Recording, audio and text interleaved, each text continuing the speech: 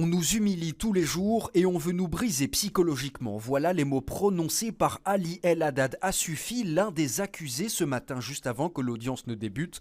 Selon lui, leurs conditions de transfert sont inutiles et humiliantes. Notamment les caméras au-dessus des toilettes dans les cellules, donc quand ils font leurs besoins, ils sont filmés. Quel est l'intérêt ?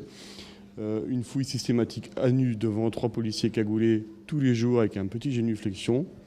Inutile parce qu'ils sont déjà en régime de haute sécurité. Il estime cela humiliant. De manière ponctuelle, il comprend l'intérêt ponctuel, mais il dit que tous les jours, ce sera infaisable.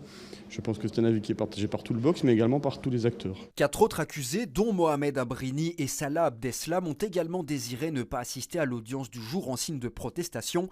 Les avocats de la défense avaient pourtant indiqué la volonté de leurs clients de donner leur version des faits, version que cette rescapée de l'attaque à la station Malbec attend de pied ferme. Elle comprend aussi les plaintes des accusés. Mais encore une fois, on pourrait aussi mettre en balance le fait que certaines personnes, dont moi j'ai perdu l'audition à 30 ans, j'avais plus d'audition, je porte des appareils auditifs et pour moi c'est à vie.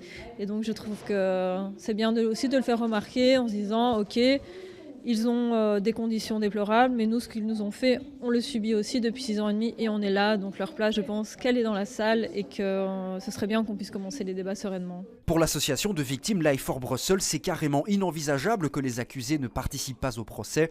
Ils appellent le SPF Justice à agir. Il s'agit de l'autorité responsable du transfert. C'est très important, en tout cas, au niveau de la défense des victimes, que les autorités compétentes réagissent vite pour ne pas à nouveau avoir une interruption intempestive parce que les mesures adéquates et proportionnées n'auront pas été prises en compte. De son côté, la présidente de la Cour a indiqué sa volonté d'envoyer un courrier aux autorités compétentes dans l'espoir de débloquer la situation.